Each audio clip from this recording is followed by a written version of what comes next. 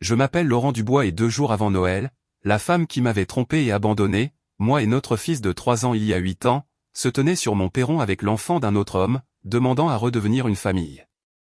J'ai souri, ce qui l'a surprise, et moi aussi d'ailleurs. La lumière du Porsche projetait un cercle jaune sur la neige, et dans ce cercle se tenait Valérie, plus âgée, le visage plus émacié, tenant un petit garçon par la main dont le souffle formait de petits nuages blancs, rapides et nerveux. Le vent s'engouffrait sous la porte et faisait trembler les vieux volets. Quelque part dans la rue, les cloches de l'église répétaient un hymne, lent et un peu faux, comme toujours quelques jours avant Noël. « Laurent » a-t-elle dit, comme si mon prénom était un vieux manteau auquel s'attendait à pouvoir enfiler. Je sais que c'est soudain. J'ai continué à sourire, non pas par joie, mais parce que 8 ans m'avaient appris la maîtrise de soi. Derrière moi, la maison sentait le nettoyant au pain et le café réchauffé une fois de trop. Théo, mon fils, maintenant âgé de 11 ans, faisait semblant de lire à l'étage mais je savais qu'il écoutait, car il écoutait toujours quand le passé venait frapper à la porte. Valérie a fait un signe de tête vers le garçon, c'est Lucas, il a 6 ans. Le blouson du gamin était trop fin pour un mois de décembre dans les Vosges, la fermeture éclair était coincée et ses joues étaient rouges de froid. Il me regardait comme le font les enfants qui essaient de décider si un adulte est dangereux ou non. Je me suis écarté et j'ai dit, non pas à Valérie mais au garçon, entre, il fait froid. Valérie a hésité, puis a franchi le seuil, des flocons de neige accrochés à ses cheveux fondant sur le paillasson. J'ai pris le blouson de Lucas, l'ai accroché au porte-manteau et lui ai tendu une tasse de chocolat chaud que je venais de verser pour Théo avant que la sonnette ne retentisse, ses mains l'ont entouré comme s'il s'agissait d'une promesse. Valérie m'observait, ses yeux parcourant le salon, même canapé, même bibliothèque, même photo encadrée des rives de la Moselle achetée à une foire locale il y a des années. Elle absorbait tout cela comme quelqu'un qui calcule des mètres carrés. « Je ne suis pas venu pour le pardon », a-t-elle dit rapidement, « je suis venu parce que c'est important. » J'ai souri à nouveau, un sourire plus petit cette fois, c'était important il y a 8 ans. Sa bouche s'est pincée, j'ai fait des erreurs. 8 ans plus tôt, 2 jours avant Noël, elle avait fait sa valise pendant que j'étais au travail au Crédit Mutuel. J'étais rentré chez moi pour trouver un placard vide et un mot sur le comptoir écrit à la hâte. Théo se tenait dans le couloir, serrant son ours en peluche, demandant pourquoi maman était fâchée contre lui. Dehors, les guirlandes des voisins clignotaient en rouge et vert, joyeuses et aveugles. J'avais appris à vivre avec le silence après ça, ce genre de silence qui bourdonne dans les oreilles la nuit, ce genre qui vous fait mesurer le temps en petites victoires, la première nuit complète où Théo a dormi sans pleurer, le premier matin de Noël sans larmes, le premier jour d'école où il n'a pas demandé si elle viendrait. Maintenant, Valérie se tenait dans mon salon, la neige fondant sur le tapis, parlant de seconde chance. « On peut bien faire les choses », a-t-elle dit, « je te connais, tu es stable, tu l'as toujours été. » Lucas sirotait son chocolat, ses yeux naviguant entre nous. J'ai pris une couverture sur le fauteuil et les drapés sur ses épaules. Valérie a tendu la main comme pour toucher mon bras, j'ai reculé juste ce qu'il fallait. À l'étage, un plancher a grincé. « Théo est là », a dit Valérie, la voix s'adoucissant, « j'aimerais le voir. » « Ce n'est pas à toi de décider, » ai-je répondu, toujours calme. Elle a dégluti, « j'ai des droits, Laurent. » Voilà, c'était lâché, pas de l'amour, pas des regrets, mais des mots de papier, des termes juridiques. 8 ans après son départ, j'avais appris le goût des chiffres, des heures supplémentaires, des factures de garderie, des tickets d'essence. J'avais vendu ma vieille Peugeot pour garder l'électricité allumée. Madame Solange, la voisine, m'apportait des gratins et gardait Théo quand je travaillais tard, les orages passent, m'avait-elle dit un jour en me tapotant l'épaule, mais les enfants se souviennent de qui est resté. Valérie n'était pas restée, elle n'avait pas payé de pension alimentaire non plus, pas une seule fois. Le papier du tribunal indiquait abandon, garde exclusive, encre noire sur papier blanc, lourd comme la vérité. Maintenant, elle était de retour, regardant autour d'elle comme si la maison pouvait encore la reconnaître. « Je veux juste parler », a-t-elle dit, pour Noël. J'ai jeté un coup d'œil à l'horloge, 18h42, le rituel du coucher de Théo commençait dans 18 minutes, il aimait que les choses restent à l'heure. « Parle », ai-je dit. Elle m'a raconté des années difficiles et de la malchance, des déménagements incessants, le père de Lucas qui était parti. Elle parlait vite comme si elle avait peur que je l'interrompe. Quand elle a mentionné Dieu et le destin, j'ai souri à nouveau faiblement, j'avais déjà entendu ces mots de la part de gens qui voulaient quelque chose qu'ils n'avaient pas mérité. À un moment donné, elle a dit, Théo se débrouille bien au football. Exact, défenseur central. Le sourire est resté, mais quelque chose en moi s'est figé car je ne lui avais pas dit ça, je ne l'avais dit à personne en dehors d'un petit cercle. Elle a saisi mon changement d'attitude, les gens parlent, a-t-elle dit. Les cloches de l'église se sont arrêtées, la maison s'est calmée. Lucas a fini son chocolat et a posé la tasse avec précaution, comme font les enfants qui ne veulent rien casser. Valérie a fouillé dans son sac à main et a glissé un papier plié sur la table basse, il y a des choses que nous n'avons jamais terminées, a-t-elle dit, des choses qui étaient à nous. Je n'ai pas touché au papier. À l'étage, la porte de Théo s'est ouverte.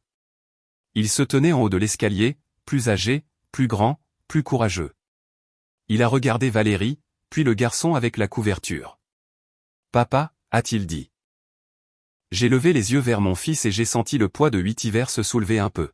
« Oui mon grand, je suis là. » Valérie nous regardait, l'espoir vacillant comme une ampoule défectueuse. Je continuais de sourire parce qu'après 8 ans, je comprenais enfin quelque chose qu'elle ne comprenait pas, ce n'était pas la fin de l'histoire, c'était le début de la vérité. La nuit où Valérie est apparue, j'ai dormi dans mon fauteuil devant la chambre de Théo, pas parce que j'avais peur qu'elle monte en douce, elle ne connaissait plus la maison comme avant, mais parce que certaines habitudes ne vous quittent jamais quand quelqu'un vous abandonne, une fois qu'on apprend à garder les portes, on vérifie 2 fois. Je m'appelle Laurent Dubois, j'ai 56 ans et je vis près d'Épinal, à 3 rue de la Rivière, dans une maison payée en grande partie avec de l'obstination et du café. Il y a 8 ans, 2 jours avant Noël, Valérie est partie pendant que j'étais au travail. J'étais conseiller financier au Crédit Mutuel, je le suis toujours. Je me souviens du moment exact où je l'ai découvert. Je suis rentré tôt parce que les routes étaient mauvaises, une neige épaisse et mouillée. Sa voiture n'était plus là, la moitié du placard non plus. Théo avait 3 ans, il se tenait dans le couloir tenant son ours par une oreille, fixant la porte ouverte de la chambre comme si elle pouvait s'expliquer d'elle-même. « Maman fâchée ?» a-t-il demandé. Je lui ai dit non, je lui ai dit que maman devait partir en voyage. Je lui ai dit beaucoup de choses ce soir-là, tout à moitié vrai. Valérie ne répondait pas au téléphone, ni ce soir-là, ni le lendemain matin. J'ai passé le réveillon de Noël à la table de la cuisine avec des factures étalées comme une main perdante au poker. La radio jouait Johnny Hallyday chantant quelque chose sur la solitude et je l'ai éteinte parce que ça ressemblait à une moquerie. Le matin de Noël est arrivé quand même. Théo a déchiré le papier cadeau avec cette joie que seuls les enfants possèdent, celle qui ne connaît pas encore l'absence. Quand il a demandé quand maman rentrerait, j'ai dit « bientôt », parce que dire « je ne sais pas » ressemblait à un abandon. Bientôt s'est transformé en semaine, les semaines en mois. J'ai appris rapidement combien la solitude coûte cher, la garderie coûte plus cher quand on est le seul à payer. Les heures supplémentaires ne ressemblent pas à du bonus quand c'est le seul moyen de garder le chauffage en marche. J'ai vendu ma Peugeot parce que la transmission commençait à lâcher et j'avais besoin d'argent plus que du confort d'une vieille amie. Certains soirs, le dîner c'était des pizzas surgelées et de la purée instantanée. Certains matins, je buvais du café qui avait le goût du regret et je retournais travailler quand même. Les papiers du tribunal sont arrivés dans une épaisse enveloppe, officielle et froide. Valérie ne s'est jamais présentée, pas une seule fois. Le juge a utilisé des mots comme abandon et garde exclusive. J'ai hoché la tête parce que hocher la tête était plus facile que de pleurer en public. Une pension alimentaire a été ordonnée, elle n'est jamais arrivée, 15 janvier 0 €, 15 février 0 €, 15 mars 0 €. Je tenais un carnet à l'époque, rien d'extraordinaire, juste des dates et des chiffres. Je ne savais pas pourquoi je le tenais, je savais juste qu'il semblait important d'écrire la vérité quelque part. Madame Solange, la voisine, a remarqué la lumière de mon perron allumée tard une nuit et a frappé. Elle avait 72 ans, était veuve et vivait dans cette maison depuis l'époque de Pompidou. « Vous mangez » a-t-elle demandé, tenant un plat à gratin comme un bouclier. Nous avons mangé ensemble à la table. Elle m'a dit que les orages passaient, elle m'a dit que les enfants se souviennent de qui reste. Elle a surveillé Théo quand mes horaires s'étiraient et n'a jamais rien demandé en retour. C'est ce qu'on ne vous dit pas sur le fait d'être abandonné, vous ne vous effondrez pas d'un coup, vous vous effondrez en morceaux, silencieusement, entre 2 responsabilités. Vous apprenez à fonctionner sur les réserves. Un après-midi, environ 2 ans plus tard, une lettre est arrivée avec l'écriture de Valérie. Je l'ai reconnue immédiatement, mes mains tremblaient en l'ouvrant. Elle écrivait qu'elle était désolée, qu'elle pensait à Théo tous les jours, qu'elle n'était pas prête à revenir mais voulait que je sache qu'elle regrettait la façon dont elle était partie. J'ai plié la lettre et l'ai mise dans un tiroir. Je ne l'ai pas montrée à Théo, non par vengeance, mais parce que je ne voulais pas qu'il attende à nouveau. La culpabilité est restée avec moi après ça, elle est toujours là parfois. Les années ont passé. Théo a grandi, a appris à faire du vélo, a commencé à jouer défenseur au club de foot. Je l'encourageais depuis les gradins et je faisais signe quand il regardait dans ma direction. Il a cessé de demander des nouvelles de sa mère, pas d'un coup, mais progressivement, comme les enfants arrêtent de demander des choses dont ils ont appris qu'elles ne viendraient pas. Puis Valérie est réapparue 8 ans plus tard, debout dans mon salon avec l'enfant d'un autre homme enveloppé dans ma couverture. Le lendemain matin, j'ai pris un jour de congé. J'ai déposé Théo à l'école comme toujours, nous n'avons pas beaucoup parlé dans la voiture. Au déjeuner, je me suis assis au café de la gare avec René, qui me connaissait depuis avant que mes cheveux ne deviennent gris. Les gens ne reviennent pas pour l'amour, a dit René en sirotant sa bière, ils reviennent pour un abri. Cet après-midi-là, j'ai appelé maître Sophie Lenoir, une avocate spécialisée en droit de la famille au centre-ville, une femme directe et sans détour. Elle teste les limites, a dit Sophie après que je lui ai tout raconté, laissez-la parler, vous, apportez juste les faits. Ce soir-là, Théo m'a demandé, papa, est-ce qu'elle reste? J'ai regardé mon fils, vraiment regardé, ce garçon qui a grandi sans excuse. Non, ai-je dit, plus maintenant. Dehors, le vent faisait trembler les vitres, la maison tenait bon. Valérie pensait qu'elle frappait à une porte qui lui appartenait encore, ce qu'elle ne savait pas, c'est que les fondations avaient été coulées sans elle et qu'elles étaient solides. Valérie est restée en ville cette semaine-là. Je le savais parce que Madame Solange m'avait dit avoir vu sa voiture garée devant l'hôtel Formule 1 près de la Nationale, celui avec l'enseigne clignotante et le distributeur de boissons toujours en panne. Les gens pensent toujours que revenir est dramatique, la plupart du temps c'est juste petit et triste. Je m'appelle Laurent Dubois et à la 3e nuit après son retour, j'ai compris exactement pourquoi elle était là. Elle m'a appelé juste après le dîner, je rinçais les assiettes, écoutant le ronronnement du lave-vaisselle et le sifflement bas du vent poussant la neige contre le bardage. On peut parler, a-t-elle demandé, quelque part de neutre. Neutre, j'ai appris au fil des ans, signifie généralement public. Nous nous sommes retrouvés à la brasserie près de la place des Vosges, même odeur de café et d'huile de friture qu'elle a depuis toujours, même carrelage usé. Elle s'est assise en face de moi, les mains serrées autour d'une tasse en carton. Lucas est avec une babysitter, a-t-elle dit. Je l'ai cru. Le gamin méritait de la chaleur et des dessins animés, pas des conversations d'adultes qui tournaient en rond comme des vautours. Valérie a commencé par des excuses, elle sortait rodée comme si elle les avait répétées devant le miroir, j'étais égoïste, j'ai paniqué, j'ai tout gâché. J'ai écouté. J'écoute toujours, c'est comme ça que j'apprends à survivre aux réunions et aux tribunaux. Puis la vraie demande est arrivée enveloppée dans des mots plus doux, je n'ai pas de stabilité, a-t-elle dit, pas d'adresse fixe, les écoles n'inscriront pas Lucas sans ça, j'ai besoin d'un endroit, un vrai endroit. Tu as besoin de mon adresse, ai-je dit. Elle a tressailli puis a hoché la tête, j'ai besoin de ce que tu as. Voilà, c'était ça, un abri, un levier. Elle a parlé du père de Lucas qui était parti, des factures qui s'accumulaient, de recommencer à zéro. Elle n'a pas prononcé les mots argent ou maison, mais ils planaient entre nous comme de la vapeur. Je sais que Théo va bien, a-t-elle ajouté trop vite, le foot, défenseur. Je l'ai regardé par-dessus le bord de ma tasse, le café était devenu froid. C'est vrai, ai-je dit, il va bien. Ses yeux se sont baissés, les gens parlent. Plus tard, je me repasserai cette phrase, les gens parlent, dans une ville comme celle-ci les gens le font toujours, mais certains détails ne voyagent pas à moins d'écouter attentivement. Elle a tendu la main à travers la table et a touché la mienne. Je l'ai retirée et me suis levé, on a fini ici, ai-je dit. Ce soir-là, Théo était assis sur le canapé avec ses devoirs étalés, faisant semblant de ne pas me regarder. Il m'a interrogé sur Lucas, ce qui m'a surpris. Est-ce qu'il est gentil, a demandé Théo. Oui, ai-je dit, c'est un bon gamin. Théo a hoché la tête, ce n'est pas sa faute. Non, ce n'était pas sa faute, c'était la partie la plus difficile. Le lendemain, Valérie est revenue. Cette fois, elle a apporté un dossier. Nous étions sur le perron, la neige crissait sous nos bottes. J'ai trouvé quelque chose, a-t-elle dit en tapotant le dossier, de vieux papiers, des choses que nous n'avons jamais finies. Range ça, ai-je dit. Elle ne l'a pas fait. Elle a sorti une photocopie, un vieux relevé bancaire de l'époque où nous étions mariés, jaunie et sans importance, mais elle l'a dit comme si c'était une arme. On n'a jamais tout partagé, a-t-elle dit, je pourrais parler à un avocat. J'ai souri, le deuxième sourire, celui qui vient quand on reconnaît un schéma. Fais ce que tu as à faire, ai-je dit. Sa voix s'est brisée, tu crois que je ne me sens pas mal? Tu crois que je ne prie pas pour ça?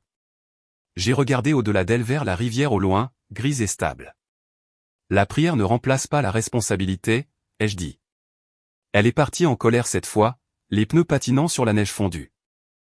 Ce soir-là, Théo m'a posé une question qui pesait lourd dans ma poitrine. Papa, si elle revient, est-ce que je devrais partager ma chambre à nouveau? Je me suis assis à côté de lui et j'ai mis mon bras autour de ses épaules, il s'est penché sans réfléchir. Non, ai-je dit, tu ne le feras pas. Plus tard, après qu'il soit allé au lit, j'ai sorti le vieux carnet, dates, chiffres, zéros empilés comme des congères. J'ai ajouté une note de plus en bas, elle n'est pas là pour le pardon. J'ai appelé maître Sophie Lenoir le lendemain matin. Elle fait allusion à la réouverture du dossier, ai-je dit, garde, bien. Sophie n'a pas semblé surprise. Laissez-la faire, a-t-elle dit, la vérité s'en sort mieux à la lumière du jour. J'ai raccroché et j'ai regardé par la fenêtre.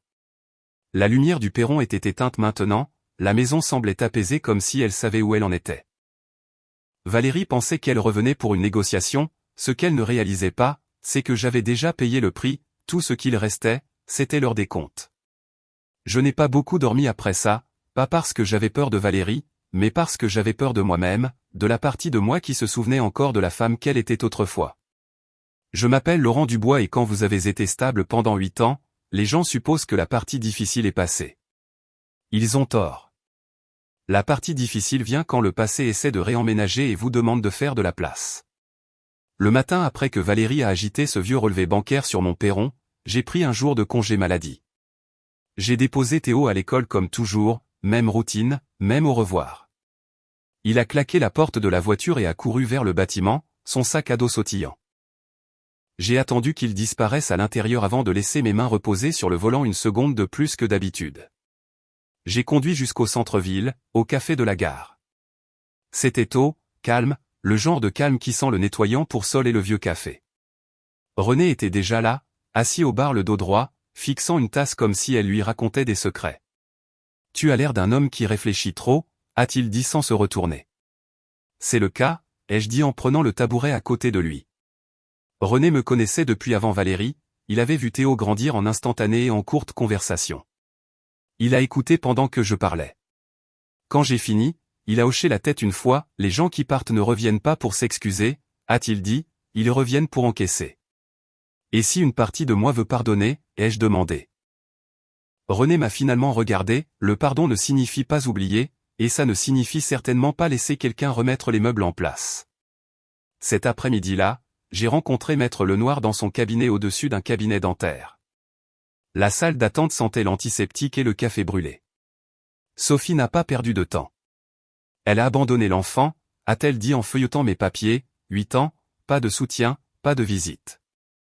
Elle n'a aucune légitimité pour revenir comme ça, mais elle peut faire du bruit. Elle en fait déjà, ai-je dit. Bien, a dit Sophie, le bruit attire les témoins. Elle a expliqué la médiation, comment les lieux publics refroidissent les mauvais comportements, comment les chiffres ne discutent pas, comment la vérité présentée calmement fait le plus gros du travail. Vous n'avez pas besoin de vengeance, a-t-elle dit, vous avez besoin de limites. Cette nuit-là, j'ai rêvé de notre ancienne cuisine. Valérie se tenait à la cuisinière en fredonnant, portant une de mes chemises. Théo était petit à nouveau, riant. Pendant un instant, tout semblait juste. Puis je me suis réveillé, la maison était sombre, le chauffage s'est déclenché. Je suis resté là à fixer le plafond, la colère montant non pas contre Valérie, mais contre moi-même pour avoir regretté quelque chose qui n'existait plus. Je me suis levé et je suis allé voir Théo. Il dormait étalé en travers, un pied pendant hors du lit. J'ai remonté la couverture et je suis resté là 1 minute, respirant sa présence, me rappelant pourquoi j'étais resté. Le plan s'est mis en place tranquillement, pas de piège, pas de cris, juste des faits alignés comme des poteaux de clôture. Sophie a organisé une médiation à la salle des fêtes, terrain neutre, espace communautaire. Valérie a accepté plus vite que je ne l'espérais, je pense qu'elle croyait que sa confiance la porterait. La veille de la réunion, Valérie est repassée. Cette fois, Lucas était avec elle, le vent était coupant et le nez du gamin était rouge. Il peut se réchauffer, a-t-elle demandé. J'ai hoché la tête. J'ai donné un chocolat à Lucas et l'ai installé à la table avec des crayons que Théo n'utilisait plus. Valérie rôdait, le regard doux, la voix basse, « Tu n'es pas obligé de faire ça », a-t-elle dit, « on pourrait régler ça en privé ». J'ai souri, le troisième genre de sourire, celui qui comprend la tentation. C'est privé, ai-je dit, juste pas secret. Elle a tendu la main vers la mienne à nouveau, je suis passé devant elle et j'ai donné un biscuit à Lucas. Ce soir-là, Théo a demandé, « Papa, si elle revient, est-ce que tout va changer ?» Je me suis assis à côté de lui sur le canapé. Non, ai-je dit, certaines choses ne changent pas, elles grandissent. Il a hoché la tête, satisfait. Dehors, la lumière du perron brillait régulièrement contre la neige. J'ai étalé le dossier sur la table après que Théo soit allé au lit, ordonnance du tribunal, relevé de paiement, mon vieux carnet, 8 ans de 0. Je ne me sentais pas en colère, je me sentais prêt. Valérie pensait que la réunion porterait sur les sentiments, je savais qu'elle porterait sur les faits. La salle des fêtes sentait le vieux bois, le café noir et les manteaux d'hiver qui avaient vu trop de mois de janvier dans les Vosges. Des drapeaux tricolores s'alignaient sur les murs. Des chaises pliantes étaient installées en rangées inégales comme elles le sont toujours quand un endroit est destiné au loto et au vin d'honneur, pas au règlement de compte. Je m'appelle Laurent Dubois et au moment où je suis entré dans cette pièce, je n'étais plus en colère. J'étais calme. Le calme est ce qui vient après avoir survécu aux pires choses que quelqu'un puisse vous faire. Valérie est arrivée avec 10 minutes de retard, comme toujours. Elle portait un manteau sombre et une expression prudente, le genre que les gens répètent devant les miroirs. Lucas n'était pas avec elle, j'en étais reconnaissant. Maître Lenoir s'est assise à côté de moi, bloc-notes ouvert, stylo prêt. René était au fond, les bras croisés. Madame Solange était assise près de l'allée, sac à main sur les genoux, les yeux vifs comme jamais.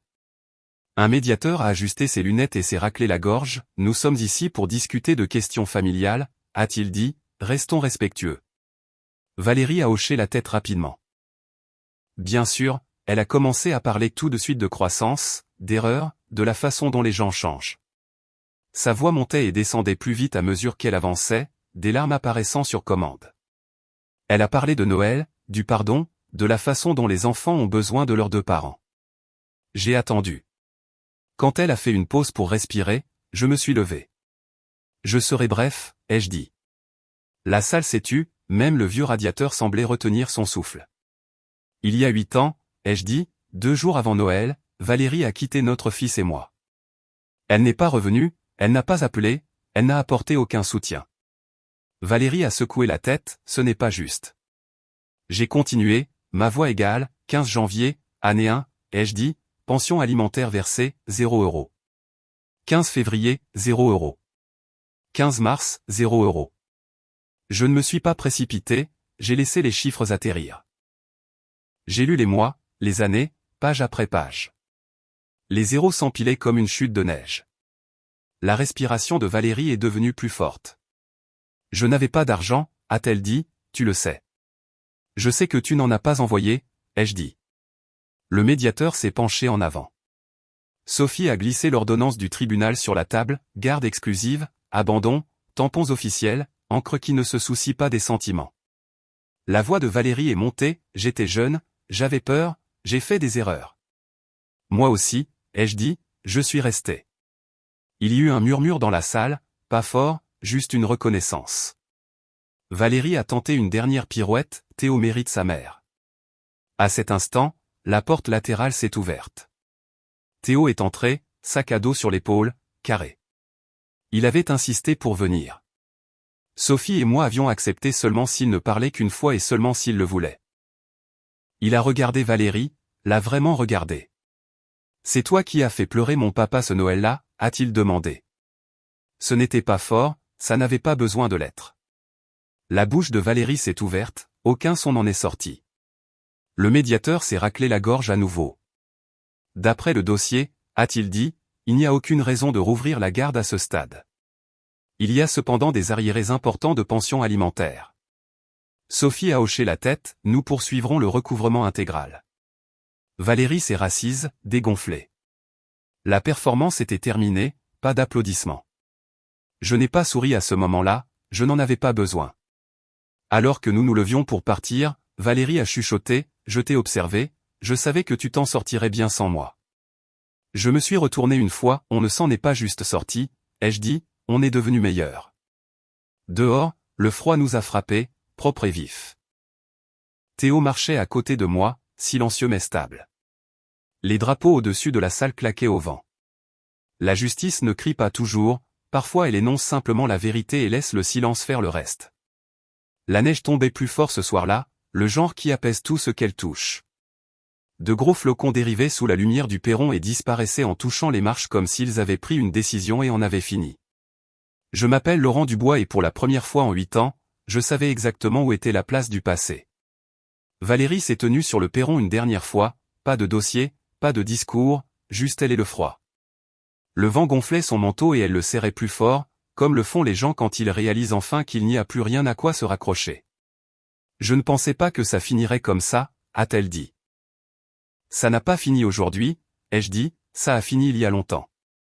Elle a regardé au-delà de moi dans la maison, la lampe était allumée, les murs étaient chauds de lumière. Quelque part à l'étage, Théo se brossait les dents en fredonnant faux. Des sons ordinaires, des sons sacrés. Je voulais juste récupérer la maison, a-t-elle dit. J'ai hoché la tête, c'est ça le problème, tu voulais la maison, tu as tourné le dos au foyer. Pendant un instant, ses yeux se sont remplis de larmes. Peut-être que c'était réel, peut-être pas. À mon âge, j'ai appris que la différence n'a pas toujours d'importance. Ce qui compte, c'est ce que vous faites ensuite. Je suis désolé, a-t-elle dit doucement cette fois. Je crois qu'elle était désolée pour elle-même et c'était assez d'honnêteté pour une soirée. J'ai souri alors, le dernier sourire, pas amer, pas sur mes gardes, apaisé. J'espère que tu vas t'en sortir, ai-je dit, mais pas ici. J'ai fermé la porte, pas fort, pas doucement, juste fermement. La serrure a cliqué, solide, finale. Une année a passé. Le Noël suivant, la salle paroissiale était bruyante de rire et du cliquetis des plats en aluminium. Le gratin de Madame Solange a disparu en 10 minutes, René portait un pull ridicule et faisait semblant de ne pas l'aimer. Théo a aidé à décorer un sapin tordu et s'est plaint des guirlandes comme si c'était son travail. Dehors, la neige tombait de la même manière qu'elle le fait toujours dans les Vosges, régulière, honnête, inévitable. Valérie n'est jamais revenue. La procédure judiciaire a fait son œuvre, les arriérés de pension ont été collectés lentement, officiellement, sans drame. Responsabilité, pas vengeance. C'était suffisant. Théo a grandi, plus fort. Il a arrêté de regarder par-dessus son épaule. Et moi, j'ai appris quelque chose que j'aurais aimé savoir plus tôt, certaines portes ne sont pas faites pour être rouvertes, non pas parce que vous êtes en colère, mais parce que vous avez déjà construit quelque chose de mieux de l'autre côté. Si cette histoire vous a rappelé une porte devant laquelle vous vous êtes tenu un jour, ou devant laquelle vous vous tenez maintenant, prenez un moment, pensez à ce à quoi vous avez survécu. Pensez à qui est resté. Et si le cœur vous en dit, partagez votre histoire ou transmettez celle-ci à quelqu'un qui pourrait en avoir besoin. Parfois, savoir qu'on n'est pas seul est le plus fort des cadeaux. Merci d'avoir écouté.